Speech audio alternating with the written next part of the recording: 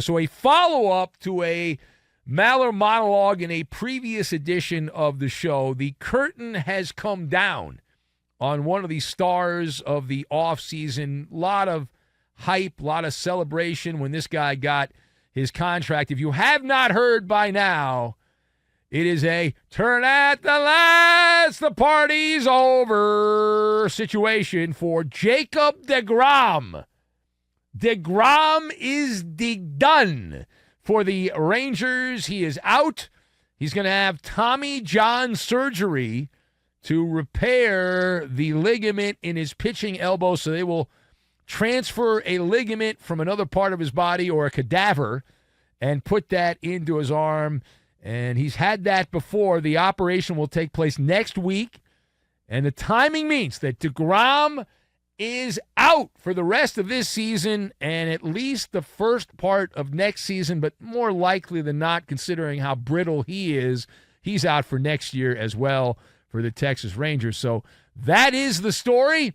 Let us discuss. I saw deGrom was all worked up. He was in tears, trying to hold back tears there when he addressed the media that cover the Rangers. So the question here, as we talk about this question, Did Jacob deGrom do the Rangers dirty? Did he do them dirty, right? No. See, here's the way I'll look at this, right? Now, I've got Michael Jackson, board game, and nonsense. And we will combine all of these things together, and we are going to make a nice headache is what we're going to make. So, but to begin this, hey, Jacob deGrom, I'm not going to put the onus on him. He played the system. In fact, if anything, the fault is on the Rangers in this little equation. As I was told by someone years ago, you can ask for whatever you want. It's the person that gives you the money that's the sucker if they give you the money, right? You should ask for a lot. You should ask for a lot. Ask what you want. No one has to give it to you. Jacob deGrom had a price point in his head. He was willing to go anywhere. He didn't want to play for the Mets anymore. Now, you could argue the Mets actually didn't want him because they saw this coming, but either way, the fault is on the side of Texas. They didn't read the room. It's a bad job by them. And Jacob deGrom should rent out. You know what he should do? He should rent out one of those airport ballrooms. You know those shysters that go to your local airport and they come on down, have breakfast, and I'll tell you how you can be a gazillionaire. At the local Easy 8 hotel right near the airport where they charge by the hour for the room. Come on down. Why not? What the heck? But deGrom is qualified. This little shyster move by deGrom, he's qualified to give a seminar and teach others in baseball his secrets. I mean, at least a webinar. I say he's qualified for a master class on how to get that dumb money. Everyone on Wall Street wants that dumb money. Internet people want that dumb money. And Jacob deGrom got the dumb money. And he did it. How did he do it? He did it by doing a high wire act for several years. This has been going on for several years. And you hear more about it. The medical people say that this is something that was likely needed 2-3 years ago by deGrom. He didn't have the operation. He tried to extend it out, wanted to keep pitching. What do we always say when they say, avoid the operation? Eventually, you're going to have the operation. So a couple years ago with the Mets, deGrom, his arm started having issues. His elbow started flaring up, and he continued to pitch. But he didn't pitch all that often. He missed a lot of time. We told you he hadn't pitched even 100 innings in a season in several years. So he limited everything that he was doing. It's kind of like that strike where you show up to work, but you don't actually do the work. You know what I'm talking about? Yeah, it's that kind of thing. And so load management in baseball until he got another bag. And so by using skullduggery is the term we will use, he picked up a massive windfall, a bonanza from the Rangers. Now, the Rangers are owned by a consortium, but this guy, Ray Davis, is said to be the big money bag guy behind the Rangers, and he forked out $185 million. Now, don't feel bad for Ray Davis, the guy that's the principal owner of the Rangers, because he's worth like $3 billion. So I think he'll be okay. He made his money in natural gas pipelines.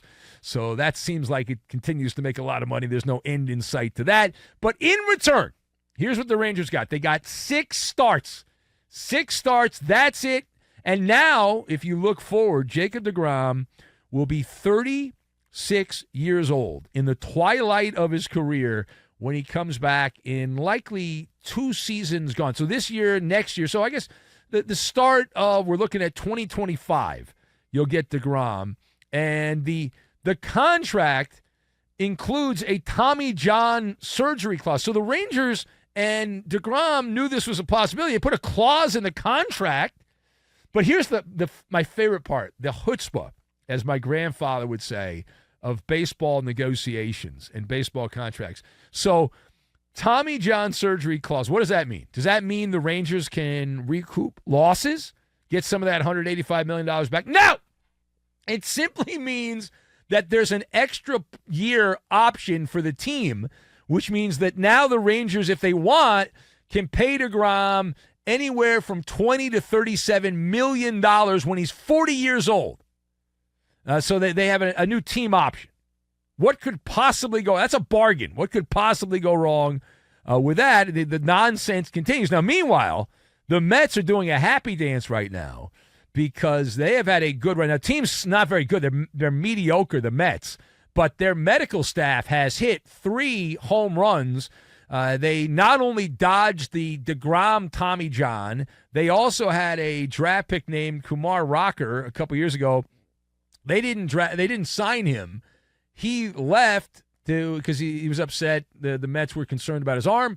He now has Tommy John surgery, and they didn't sign that cheater Carlos Correa who went to the Twins, and his foot has been flaring up. So that's a 3-home run day for the New York Metropolitans. Now, page 2 here. Thumbs up or thumbs down? Thumbs up or thumbs down on Jacob deGrom having a Hall of Fame resume based on his current body of work, assuming he never wins another game, assuming he never starts another game. At this moment, we're doing the show today. We're not doing the show 5 years from now. Jacob deGrom in the Hall of Fame or not, thumbs up, thumbs down based on his current resume. So the answer on this, 2 thumbs down. We're going 2 thumbs down on this. deGrom not a Hall of Famer. In terms of making Cooperstown, now, I realize Mike Mussina is a Hall of Famer, for God's sakes, and he played in New York for the Yankees a lot, and deGrom played in New York for the other team, the Mets. But why don't we fact-check the resume for Cooperstown for Jacob deGrom? So if you look at the actual numbers here, the selling point is domination. 2 Cy Young Awards, 4-time All-Stars, won an ERA title. All that's on the resume. But when you go below the surface, right, when you go below the surface, there is no there in terms of the Hall of Fame. Much like his body has buckled, deGrom, in recent years, his Hall of Fame resume does not hold water. It also does not pass the sniff test. It does not. 215 regular season starts, 5 more in the postseason. That's it. Now, the New York media concocted the legend of the deGrominator for the Metropolitans. In hindsight, it's kind of like the lyrics of that old Michael Jackson song, right? It's like a comet, deGrom, where I think it was Gone Too Soon, where Burn Brightly, right? Remember that? Burn Brightly, blazing across the evening sky, and his dominance was quickly gone. So by my Maller math, deGrom had about 6 years where he was really good.